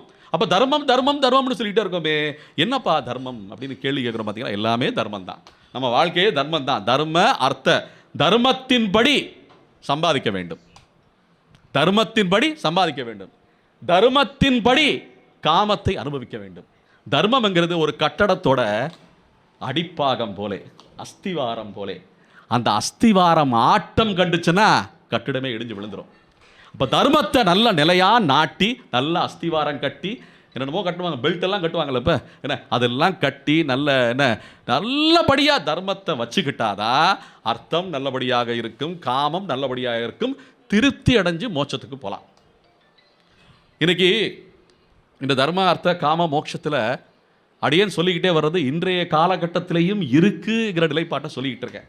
இப்போ இந்த பூவராக சுவாமி அங்கேருந்து திருமலையப்பன் வந்து கீழே இறங்கி அங்கே இருக்காருன்னு சொல்கிறோம். இந்த திருமலையப்பனுக்கே நிறைய சோதனைகள் வந்து அந்த சோதனையிலேருந்து அவர் மீண்டு வந்திருக்காரு. ஏன்னா அவருடைய அடையாளமே பிரச்சனையா. நமக்கு அடையாளம் என்ன ஆதார் அட்டை இருக்குது, அவர்கிட்ட ஆதார் அட்டைலாம் கிடையாது. என்ன அவர் யார் என்று சொல்லி காட்டுவதற்கே பெரிய சோதனை அவருக்கு. அவரை வந்து வேற கடவுள்னு சொல்ல ஆரம்பிச்சுட்டாங்க. அதெல்லாம் கிடையாது, இவர் பெருமாள் தான் வைகுண்டத்திலிருந்து வந்திருக்காருப்பா. ரிக்வேதத்தில் காட்டியிருக்காங்க, புறநானூரில் இருக்குது, அகநானூரில் இருக்குது, சிலப்பதிகாரத்தில் இருக்குது. ஏன்னா எல்லா ஆதாரமும் இருந்து கூட மக்கள் வந்து வேற தெய்வம்ப்பா அப்படின்னு சொல்ல ஆரம்பிச்சிட்டாங்களாம். இப்போ அவருக்கு ஒரு விடுதலை வேணும், ஏன்னா அவருக்கே ஒரு விடுதலை வேணும். அந்த அளவுக்கு அவர் வந்து அரெஸ்ட் ஆகிட்டார். அப்படி இருக்கும்போது அவருடைய அடையாளம் என்ன அப்படின்னு பார்த்தோம்னா சங்கு சக்கரதாரி. என்ன சங்கு சக்கரதாரி, அதுதான் அவருடைய அடையாளம். அந்த சங்கு சக்கரத்தை ஸ்ரீமத் பகவத் ராமானுஜர் ஸ்ரீரங்கத்தில் இருந்தவரை எழுப்பி இங்கே ஒரு சோதனை நடந்துக்கிட்டு இருக்கு, அங்கே வந்து பாருங்கன்னு சொல்லி தொண்டைமான் சக்கரவர்த்தி என்ன அவர் கூப்பிட்டு அழைச்சி வந்து இந்த சோதனைக்குண்டான தீர்வை ஏற்படுத்தி இருக்கிறார். ராமானுஜர் சங்கு சக்கரத்தை மறுபடியும் பொறிச்சிட்டாரு. அவர் திருமலையப்பன் மகாவிஷ்ணு பகவான் தான் நிலையாட்டியிருக்காங்க. இப்போ தர்ம அர்த்த காம மோட்சம்னு சொல்கிறோம் பார்த்தீங்களா, இது பெருமாள்கிட்டே இருக்குது. ஏன்னா கல்லூரியில் பார்த்தோம், பிறந்த குழந்தைகளை பார்த்தோம். ஏன்னா பூவராக சுவாமி வந்தார், தர்மப்படி பெருமாள் நின்றுட்டு இருக்கான்னு சொல்ல, பெருமாள் கிட்டையே தர்ம அர்த்த காம மோட்சம் இருக்கு. என்னங்க தர்மம் என்னன்னு சொல்லி தரணும் முதல்ல, அப்புறம் செயல்பாட்டு முறையில் வரணும். இதுதான் தர்மம். அப்போ தர்மம் என்ன உபதேசம்னு அர்த்தம். ஏன்னா அந்த தர்மத்தை தான் கிருஷ்ண பகவான் அர்ஜுனனுக்கு உபதேசித்திருக்கிறான் பகவத்கீதை வாயிலாக. அப்போ தர்மம் என்ன உபதேசம். உபதேசம் எது பண்ணும், ஒலி எழுப்பும், அது சங்கு. சங்குதான் தர்மம். அர்த்தம் என்னன்னா வேலை பார்க்கணும். வேலை பார்க்கணும்னா அதுக்குண்டான சுத்தியல் அருவாள் எல்லாமே விட பார்த்தீங்களா, அதுதான் கதை. கதை தான் அந்த வேலை பார்க்கறதுக்கு உண்டான ஆயுதம். என்ன அப்புறம் காமம், சுகம் அனுபவிக்கணும். பெருமாள் கையில் ஒரு தாமரை இருக்குங்க. அந்த தாமரை எவ்வளவு இன்பமாக இருக்குது பார்க்குறதுக்கு, எவ்வளவு லட்சணமாக இருக்குது. பார்த்தாலே அதோடைய என்ன காட்சியே வந்து தாமரை கண்டனன்னே சொல்கிறோம். தாமரை அலர்மேல் மங்கை உட்கார்ந்துருக்கு அதில். அப்படி இல்லை, தாமரை வந்து நமக்கு உண்டான காமத்தை அளிக்கின்ற அந்த ஒரு காட்சி, அது தாமரை. அப்போ மோட்சம்ங்கிறது என்னன்னா சக்கராயுதம், வெட்டி விடுறது, நம்ம பாபத்தை எல்லாம் வெட்டி விடுறது. சிசுபாலன் வந்து பெரிய ஒரு என்ன அயோக்கியன்னு சொல்லுவாங்க. ஏன்னா எப்போ பார்த்தாலும் சதா பெருமாளை திட்டிக்கிட்டே இருப்பானா. என்ன பகவத்கீதையில் மகாபாரதம் எல்லாம் பார்த்துருப்பீங்க. இந்த சிசுபாலனுங்கிறது யாருன்னா கிருஷ்ணனோட சித்தி மகன். என்ன அப்படி இருக்கும்போது எப்போ பார்த்தாலும் கிருஷ்ணனை திட்டிகிட்டே இருப்பானா. ஒரு நாளைக்கு இத்தனை முறை திட்டினால் அவனுக்கு பிரச்சனை இல்லை, அதை தாண்டிட்டா அவன் கழுத்து வெட்டிடுவான் அப்படின்னு சொல்லி அவங்க சிசுபாலனுடைய அம்மாவே வந்து சரின்னு சொல்லியிருக்கான். அப்படி சொல்லும்போது அப்போ அந்த துரியோதன சபையிலே திட்டிக்கிட்டே இருக்கும்போது கண்ணனை வந்து பொய் பேசுகிறவன், பெண்களோட சுற்றுறவன் அப்படின்னு சொல்லி நிறைய அப்படியே சொல்லிகிட்டே வரும்போது அந்த எண்ணிக்கை தாண்டின உடனே சக்கரம் ஒரு நொடியில் போய் வெட்டிருச்சான் தலையை. அந்த வெட்டப்பட்ட தலையுடைய அந்த சிசுபாலன் அவன் கத்திருக்கான், திட்டிருக்கான் கண்ணனை, ஆனால் மோட்சத்துக்கு போயிட்டானான். அந்த கணக்கே வேற, அந்த கணக்கே வேற. என்ன கஜேந்திர மோட்சம் கேள்விப்பட்டிருக்கீங்களா?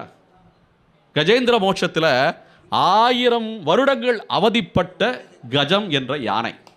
ஏன்னா அந்த யானை அந்த குளத்திலே இறங்கி தாமரை எடுத்து பெருமாளுக்கு கொடுக்கலாம்னு நினைக்கும் போது முதல்ல வந்து கடிச்சிருச்சு.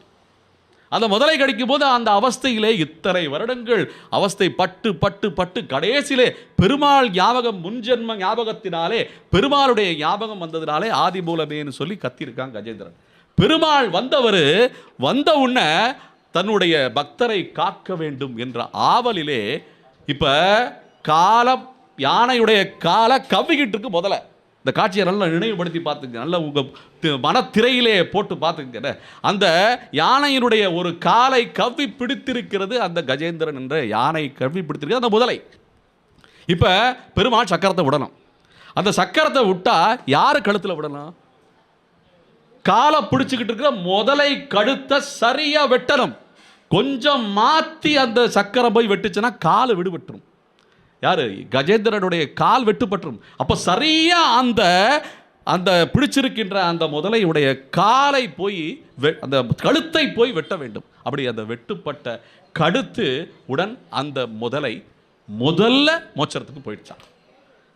எதனால அந்த முதலைக்கு முதல்லன்னு பேர் வந்துச்சுன்னா இதனால தான் வந்திருக்குன்னு ஆச்சாரிய பெருமக்கள் சொல்றாங்க சுவையா. ஏன்னா முதலை என்று பேர் வந்ததே அந்த முதல்ல தான் மோட்சம் போனதா, அதனால தான் முதலைன்னு சொல்றாங்க.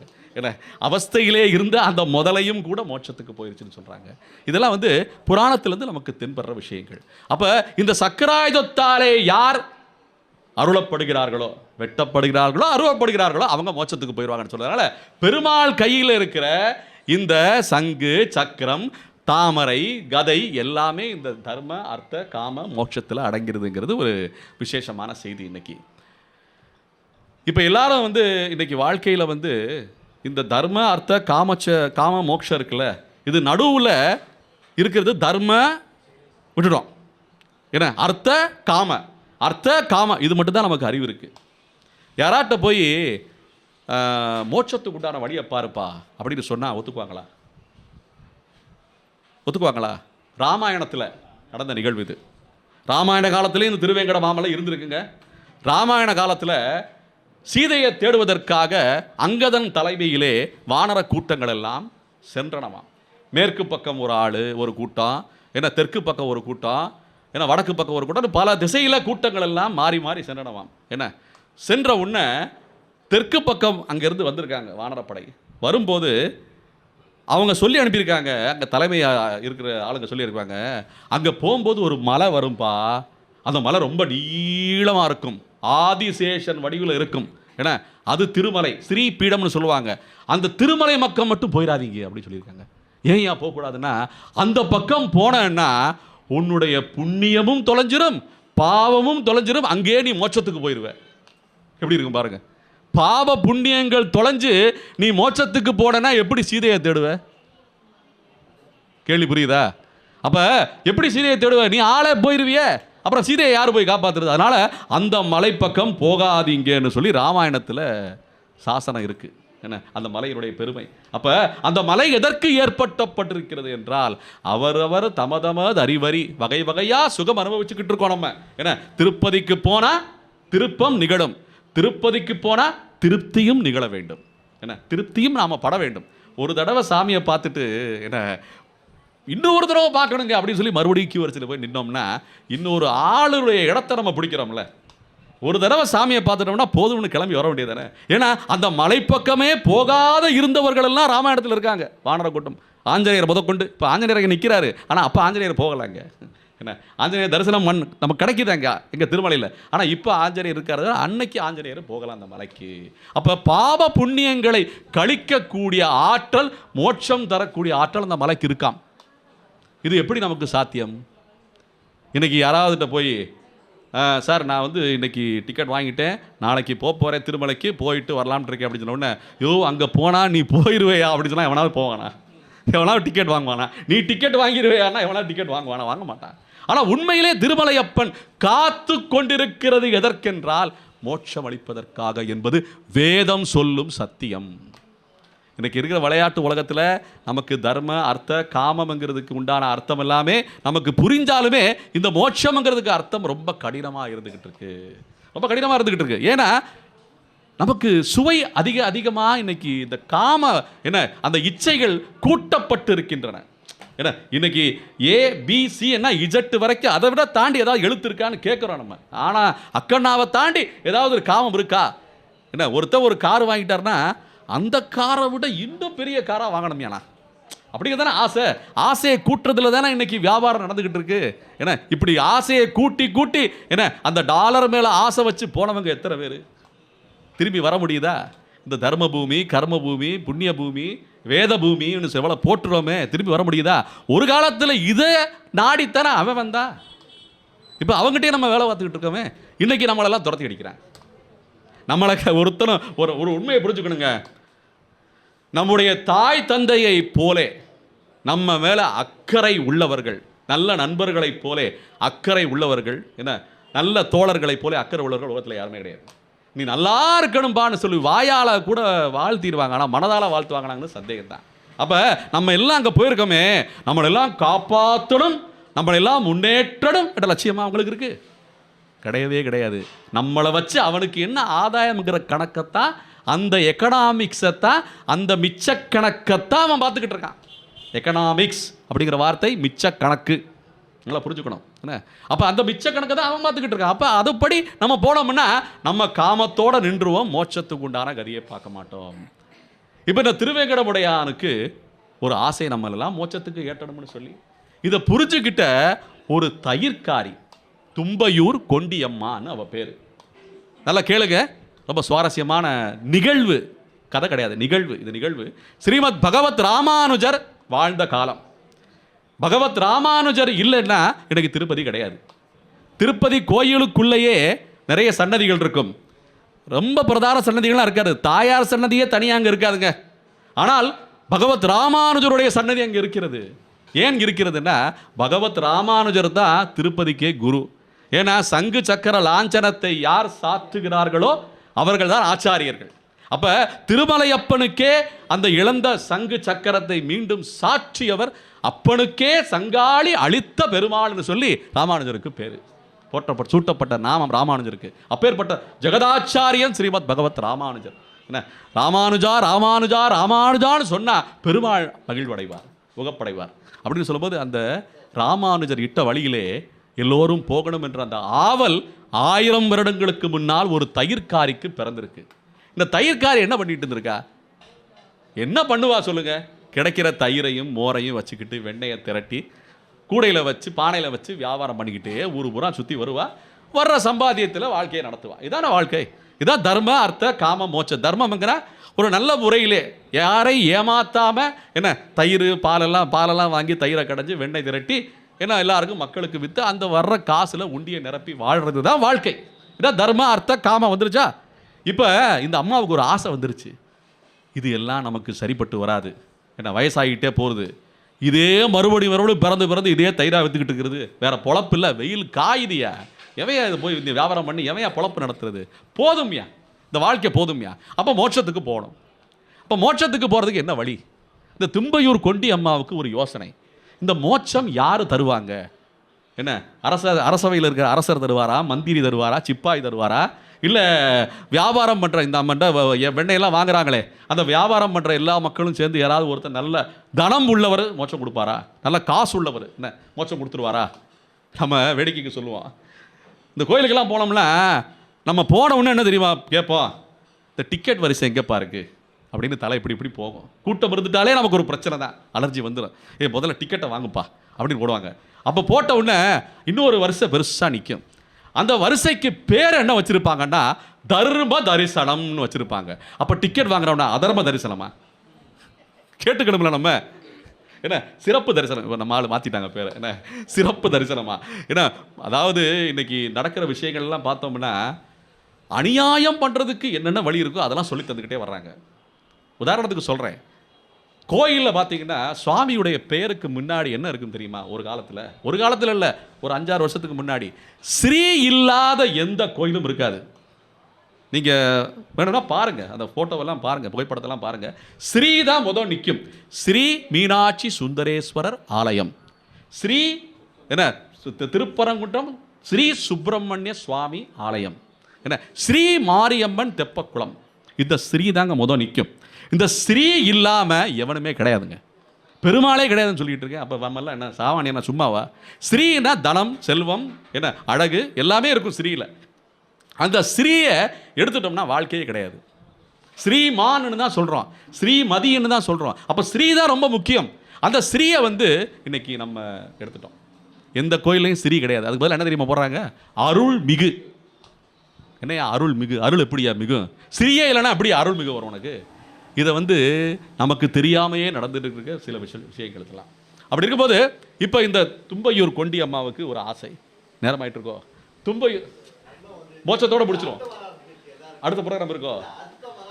ஓ சரி சரி சரி சரி. இப்போ இந்த தும்பையூர் கொண்டி அம்மாவுக்கு மோட்சம் போகணும்னு ஆசை. அந்த ஆசை வந்த உடனே என்ன, இந்த ராமானுஜ சுவாமிகள் இருக்காங்க பார்த்தீங்களா, அவர்கிட்ட போய் கேட்டால் மோட்சம் கிடச்சிருன்னு சொல்லி கேள்விப்பட்டிருக்கான். இந்த தர்ம அர்த்த காமத்தில் மோட்சத்துக்கு ஆசை இப்போ அவளுக்கு. அப்போ அங்கே மடத்துக்கு போயிருக்கா. அப்போ திருமலையப்பன் சுவாமியை பார்க்குறதுக்கு நம்ம ராமானுஜர் அடிவாரத்தில் இருந்துகிட்டு இருக்காரு. அந்த திருமலை அடிவாரத்தில் இருந்துக்கிட்டு இருக்காரு. அப்படி இருக்கும்போது அந்த தும்பையூர் கொண்டி அம்மா போய் அந்த மடத்துக்கு போய் அந்த மோரெல்லாம் கொடுத்துக்கிட்டே வந்திருக்கா, தயிர் கொடுத்துக்கிட்டே வந்திருக்கா. அப்போ 1 மாதம் ஆயிடுச்சு. 90 படி என்ன மோர் கொடுத்துருக்கா. அப்போ இந்த 90 படி மோருக்குண்டான பைசாவை கொடுக்கணும்ல அந்த மடத்தாளுங்க. அப்போ முதலியாண்டான்னு சொல்லி தாசரதின்னு ஒருத்தர் பேர், நம்ம ராமானுஜருடைய அந்தரங்க பிரதான சிஷ்யர் முதலியாண்டான். என்ன அந்த முதலியாண்டான் எவ்வளோமா கணக்கு சொல்லுமா?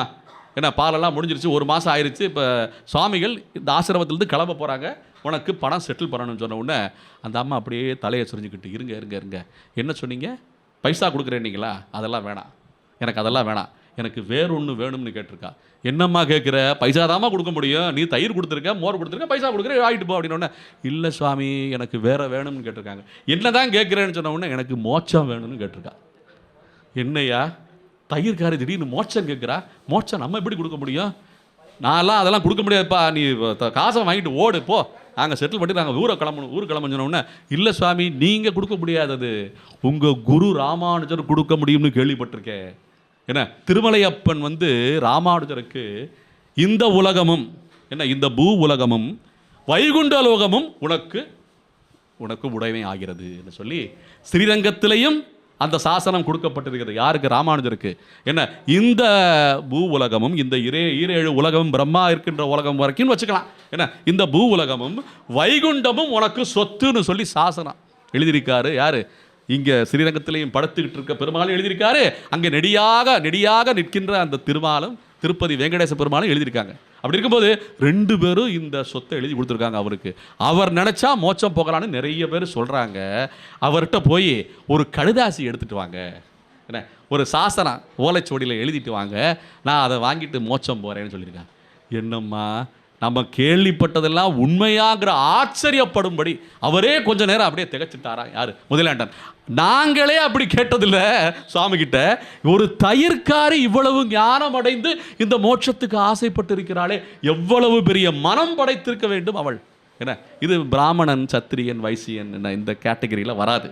ஏன்னா இது அலாதியான கேட்டகரி, மோட்சத்துக்கு உண்டான ஆசை வருகிற கேட்டகரி. ஏன்னா ஒரு யானைக்கே மோட்சம் கொடுத்துருக்காங்க, முதலை கொடுத்துருக்காங்க, இந்த அம்மாவுக்கு கிடைக்காதா அப்படிங்கிறது போல நம்மளுடைய சனாதன தர்மத்திலே சொல்லப்பட்டிருக்கிறது. அப்போ இந்த தும்பையூர் கொண்டி அம்மா சொன்ன உடனே திகச்சு போயிட்டாரா அந்த சிஷியன்.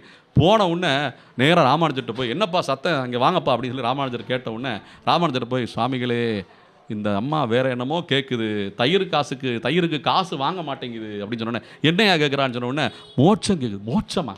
மோட்சம் பகவானில் கொடுக்கணும், நான் எப்படி கொடுக்க முடியும்னு சொல்ல உடனே பாசுரங்கள் நினைவுக்கு வந்திருக்கிறது ராமானுஜருக்கு.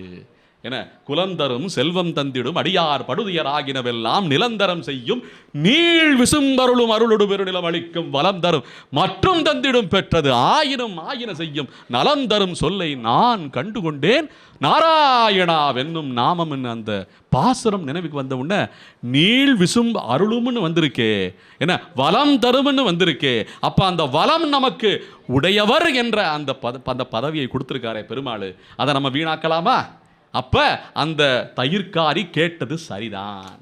அடியேனுக்கே ஏற்படுகின்ற சோதனை, சுய சோதனை, இது சுய பரிசோதனைன்னு சொல்லி நினைத்து கொண்டு ராமானுஜர் அப்போ கொஞ்சம் இருன்னு சொல்லி பட்டோலை எடுத்து என்ன தீட்டியிருக்காரு ராமானுஜர். இந்த தும்பையூர் கொண்டியம்மா என்ற ஒரு மகா பாகவதை அடியேன் எழுதி கொள்ளும் சாசனம்னு சொல்லி அகலகில்லேன் இறையுமென்னு அலர்மேல் மங்கையுடன் நிற்கின்ற பெருமாளே இவளுக்கு நீள் விசும்பு அருள வேண்டும் என்று பாசுரத்தில் இருக்கின்ற அந்த திவ்ய ஸ்திரீ சூக்திகளில் இருக்கின்ற வரிகளை எல்லாம் அதிலே சேர்த்து கோர்த்து வார்த்து அந்த கடுதாசியை பட்டோலையிலே எழுதி என்ன அந்த தும்பையூர் கொண்டியம்மாளிடம் சேர்க்க சொல்லியிருக்கிறார் ராமானுஜர். முதலியாண்டான சிஷியனுடைய அவனை வைத்து அப்படி சொன்ன உடனே அந்த கடுதாசியை எடுத்துட்டு இந்த தும்பையூர் கொண்டியம்மா நேராக திருமலை ஏற ஆரம்பிச்சிட்டாலாம். காளி கோபுரம்னு சொல்லுவாங்க, ஏன்னா அப்படியே சாஞ்சுக்கிட்டு இருக்கும் அந்த கோபுரம். அந்த கோபுரம் வரவேற்றது போலே இருந்ததாம். அந்த கோபுரத்தை எல்லாம் தாண்டி திருமலை வாசலுக்கு சென்ற உடனே இந்த கடுதாசியை எடுத்து பட்டர்கிட்ட நீட்டிருக்காங்க. என்னம்மா ஏதோ சொல்லிக்கிட்டு இருக்க, ராமானுஜரே கொடுத்து அனுப்பியிருக்காருன்னு சொல்கிற, நீ குடும்பம் அந்த பட்டோலை எடுத்து பார்த்துருக்காங்க. பார்த்த உடனே ராமானுஜர் எடுத்த வரி அவருடைய கையொப்பத்தை பார்த்துட்டு அசந்துட்டாங்களாம். உண்மையிலே கொடுத்துருக்காருப்பா, அப்போ ஓம்மா உள்ளே போய் தரிசனம் பண்ணுமான்னு சொல்லி தரிசனம் பண்ண உள்ளே போன உடனே என்ன அந்த பாசுரங்கள் எல்லாம் என்ன வழியாக வந்து கொண்டே இருக்கும்போது அமலனாதிபிரான் அடியார்க்கென்னையாட்படுத்த விமலன் விண்ணவர் கோன் விரையார் பொழில் வேங்கடவன் நின்மலன் நீதிவானவன் நீள்மதில் அரங்கத்தம்மான் திருக்கமல பாதம் வந்து என் கண்ணினுள்ளன ஒக்கின்றதே என்று சொல்லி விண்ணவர் கோன் விரையார் பொழில் வேங்கடவனுடைய திருவடியை அடைஞ்ச உடனே திரை போட்டிருந்தாங்களாம். திரை சுவாமிக்கு பிரசாதம் கொடுக்கறதுக்காண்டி திரை போட்டிருந்தாங்களாம். அது ரொம்ப நேரம் ஆயிட்டு இருந்ததா. அந்த திரையே விலகிடுச்சா இந்த தும்பையூர் கொண்டியம்மாள் என்ற மகா பாகவதை வந்த உடனே அந்த திரை விலகினதுக்கும் இவர் அடி இழந்த மரம் போலே கீழே அப்படியே சாய்ந்தாளாம் தும்பையூர் கொண்டியம்மா. சாஞ்ச உடனே அங்கேயே மோட்சம் போயிட்டான். இது நடந்த நிகழ்வு குரு பரம்பரை பிரபாவத்திலே சொல்லப்படுகிறது. ராமானுஜருடைய சித்தாந்தம் இது. அப்ப இந்த தர்ம அர்த்த காம மோட்சத்துக்கும் ஆசைப்பட வேண்டும் என்ற ஒரு உபதேசம் திருமலையப்பன் நமக்கு பல நிகழ்வுகளாலே நமக்கு அளிக்கிறான் என்பதுதான் இன்றைய வரலாற்று செய்தி.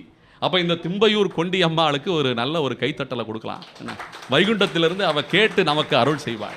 என்ன இந்த கோவிந்ததாச சுவாமிகளைப் போலே பல ஆச்சாரிய பெருமக்கள் இந்த உலகத்திலே இருக்கிறார்கள், நம்முடைய பாரத தேசத்திலே தோன்றி இருக்கிறார்கள் என்பதை நினைவு கூறுவதற்காகவே இந்த கோவிந்ததாச சுவாமிகளுடைய சமாஜத்திலே பிரம்மோற்சவம் என்ற இந்த உற்சவம் நடைபெற்று கொண்டிருக்கிறது. ஏன்னா நம்ம அங்கே அந்த கூட்ட நெரிசல்ல கூட இந்த செய்தியெல்லாம் கேட்க முடியுமோ இல்லையோ, இன்று நாம் இதை செவி குளிர அனுபவித்துக் கொண்டிருக்கிறோம் என்பதை மகிழ்வுடன் தெரிவித்துக் கொள்கிறேன். இந்த பக்தி மார்க்கத்திலே மிக முக்கியமாக சொல்லப்படுகிறது சிரவணம். இந்த சிரவணம் என்பது இன்று மிக குறைவாக காணப்படுகிறது. என்ன இந்த பக்தி சிரவணம் என்பது ஞானத்தை கொடுக்கக்கூடியது, ஆற்றலை கொடுக்கக்கூடியது. என்ன எல்லா சகிப்புத்தன்மைக்கும் மேலான சகிப்புத்தன்மையை இந்த சிரவணம் கொடுக்கும் என்பதுதான் உண்மை. நம்ம மந்திர ஒலிகள் என்ன அப்புறம் ஸ்தோத்திரங்கள் எவ்வளவோ இருக்கின்றது. எவ்வளவோ இருந்தாலும் இது போன்ற சாமானியர்களுக்கும் புரியும் வண்ணம் உபதேசங்களை எல்லாமே உபன்யாசமாக செய்யப்படுகிறது நம்மளுடைய பாரதத்தில். ஏன்னா ஒரு உபன்யாசத்துக்கு உண்டான அர்த்தமே என்ன தெரியுமா? உபன்யாசம்னு அர்த்தம். தூரமாக கடவுளை விட்டு என்ன இந்த இல்வாழ்க்கையிலே வாழ்கின்ற இன்ப சுகத்திலே நாட்டம் கொண்டு வாழ்கின்ற தூரமாக இருக்கின்றவர்களை என்றால் அருகில் அர்த்தம். உபத்திலே அந்த என்று கொண்டு வந்து அதில் நினைவுபடுத்துகிற இந்த நிகழ்வு தான் உபன்யாசம். ஞாசம் என்றால் நினைவு. என்ன அந்த நினைத்தலை கூட்டுவதற்குத்தான் இந்த போன்ற சொற்பொழிவுகள் உபன்யாசங்கள் பெரியோர்களால் ஏற்படுத்தப்படுகின்றன என்பதை சொல்லிக்கொண்டு இன்றைய இந்த தர்ம அர்த்த காம மோட்சம் என்ற தலைப்பினை வழங்குவதற்கு நிர்வாகஸ்தர்களுக்கு அடியனுடைய கிருதகைகளையும் இந்த அளவும் இந்த நேரத்து எல்லாம் நம்ம அருமையான நேரம், இது பொன்னான நேரத்தை எல்லாம் எவ்வளவோ அலுவல்கள் இருந்தாலும் பொறுமையாக காத்து செவிமடுத்த அத்துணை பக்த சிரேஷ்டர்களுக்கும் அடியனுடைய கிருத்தகைகளையும் விசுவாசங்களையும் தெரிவித்துக் கொண்டு ஸ்ரீயகாந்தாய கல்யாண நிதயேர்த்தினாம் ஸ்ரீ வெங்கட நிவாசாய ஸ்ரீனிவாசாய மங்களம். ஜெய் ஸ்ரீமன் நாராயணா. ஓம் நமோ வெங்கடேசாய.